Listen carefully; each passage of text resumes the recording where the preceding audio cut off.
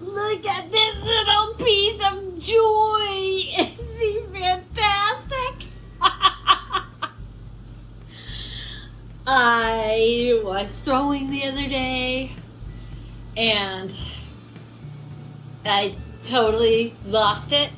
One of those times where you're like, I'm the potter, you are the clay. I am the potter, you are the clay. I am the potter, I am the potter. And the clay looks up at you and says, I am clay.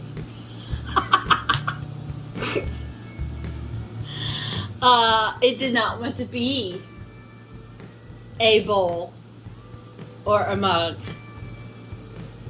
but it taught me a way that I have never ever seen to throw a pumpkin. So this happened completely and totally 120% by accident. And I think it's going to be a really fun way to throw pumpkins. So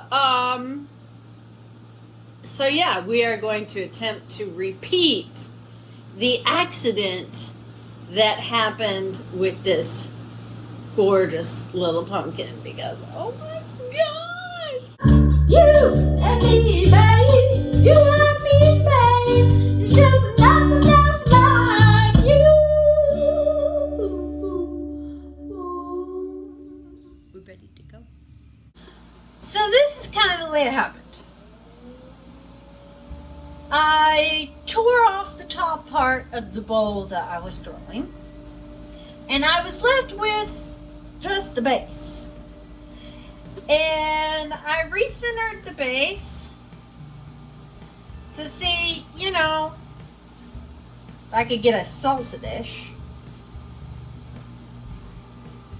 Because every potter has way too many salsa dishes. And I thought, ooh, maybe I could make a pumpkin. My intent was to make it right side up. So I got me a form. I closed that form up.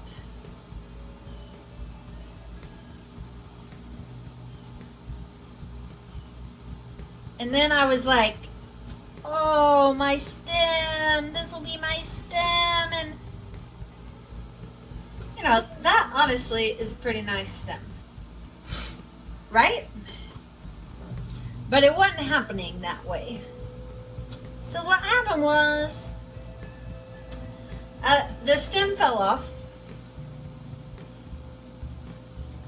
And then I was like, well, poo. That's time wasted. Now I gotta get this big old hunk of clay off the wheel. And I realized as I was pulling it up, wait a second, that could be the stem.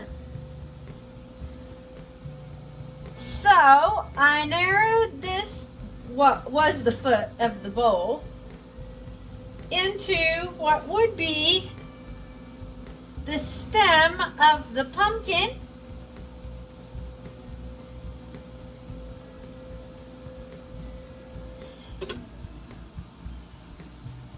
And then from this area here, just like you would pull a handle, I pulled the stem.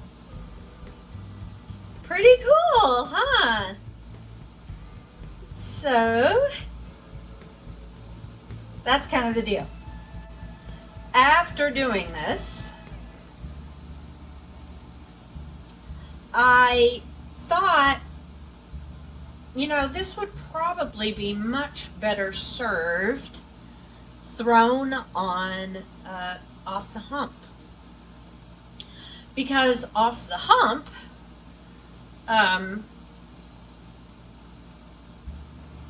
you have an unlimited amount for the stem. And if the closing of the form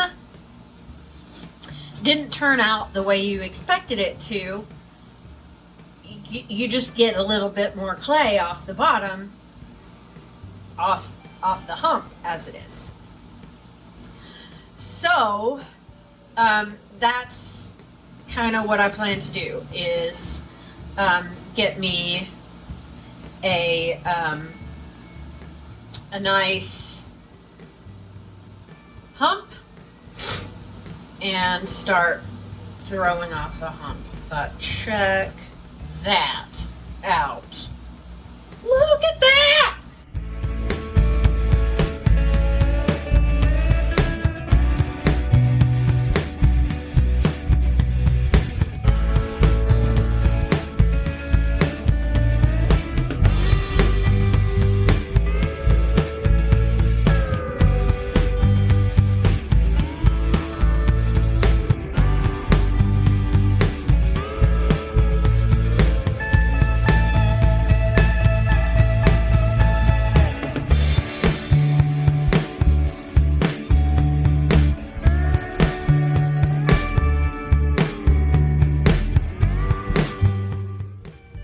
Now I gotta pull all their handles. They're not handles. Pull all their stems. And I'm seeing pumpkin fairy houses in here. Ta-da!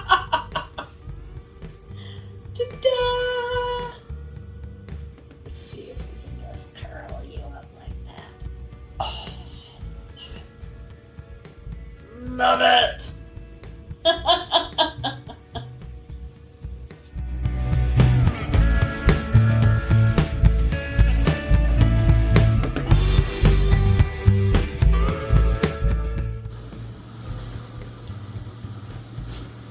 This is where we're going. This is where we are. Well, hello. Hello, little pumpkins.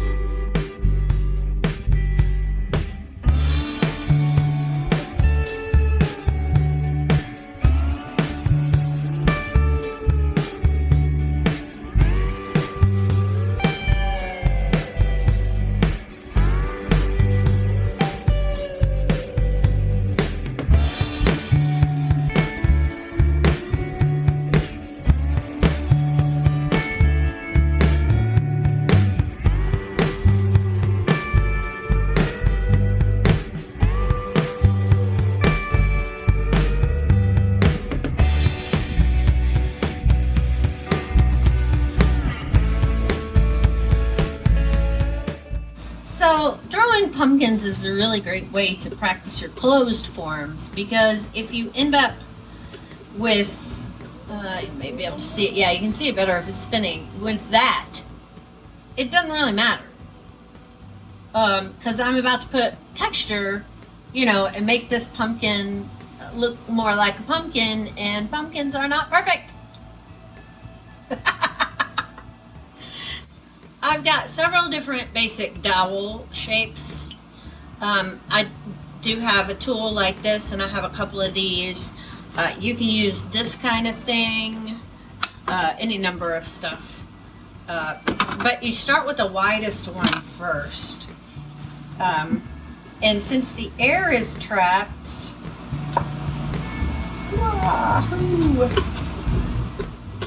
I can just work my way around pretty easily. Look at you becoming a little pumpkin.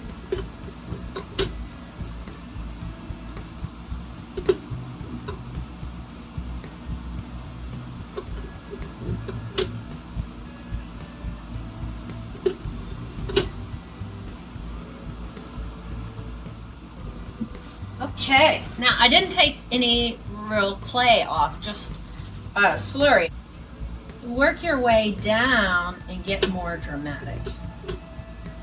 And use this side, like that a little bit better.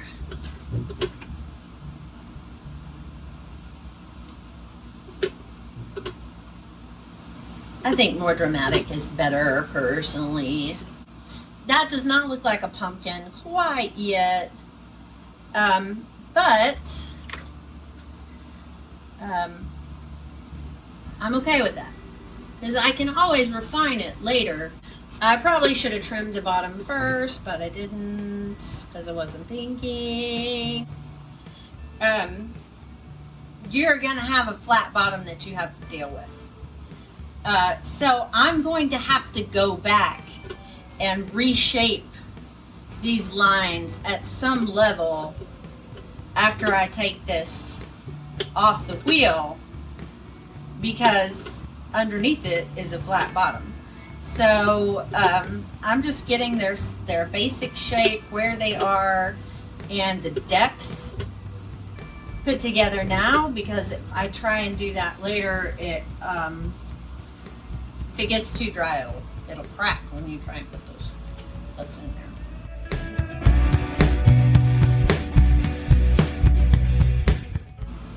I wanted you to be a pumpkin. You were supposed to be a pumpkin. I don't need another salsa dish.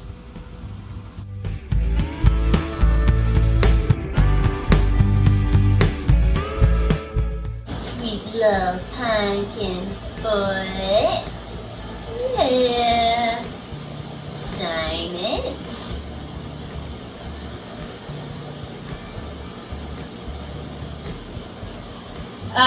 And now I can reshape these little edges. Take my fingers.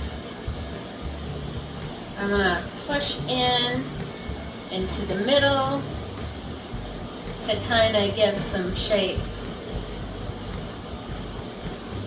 Some pumpkin shape.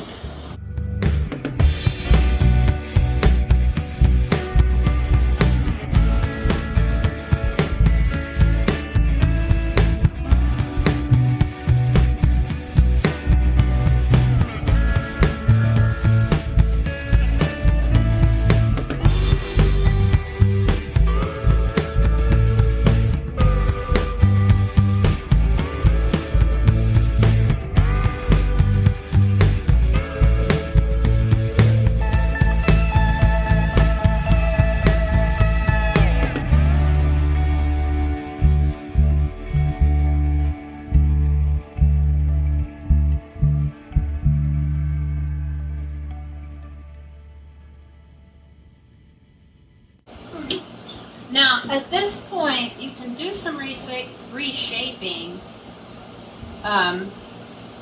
because the air is still trapped. But really, what I want to do is squat this pumpkin down. And in order to squat him down, the volume on the inside needs to change. So I'm going to have to poke a hole in it. And stop messing with the other things. So I'm poking the hole in the bottom, and now air can get out.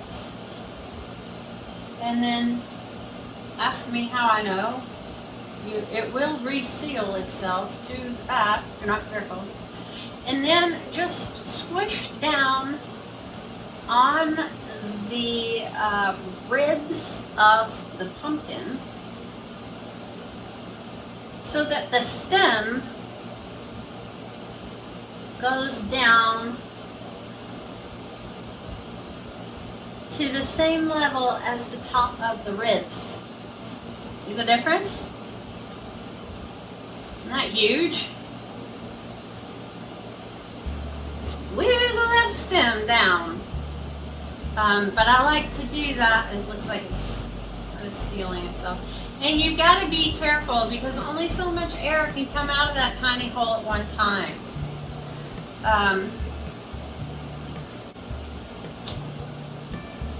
There you go. A little bit more here.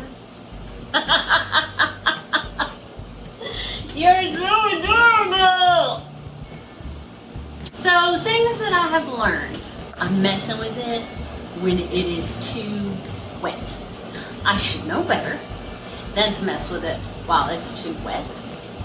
The indentations around the pumpkin, you definitely want to start with the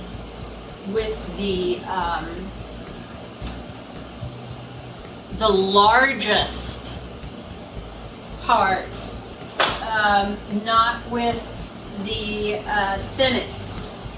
So I have several of these ball tools. They seem to work the best. Start with the thickest ball tool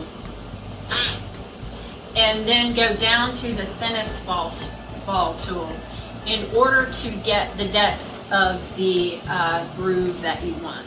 If you start with the thinnest and then try to smooth that out, it is more likely to crack. You need to go wider than what you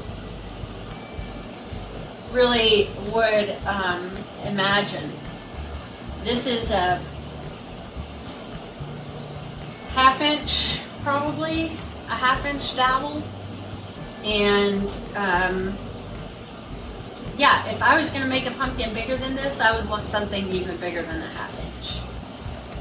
So you want to use the widest thing first, and then you can come in with something small like this and really make these indentations around the neck, really define the shape that you want out of your pumpkin.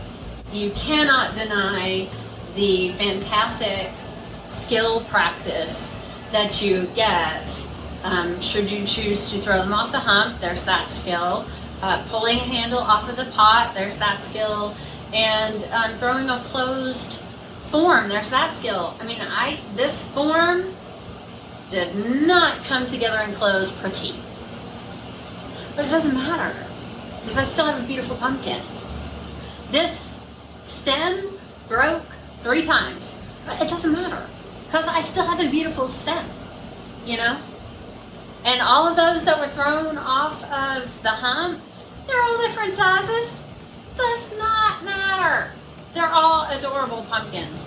So you kind of have a no lose, win-win-win situation in practicing those 3 skills when you're using them to do pumpkins, because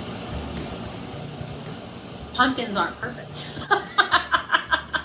And neither are those skills for me anyway. Thanks for coming. Had a fantastic day. May the great pumpkin be with you all.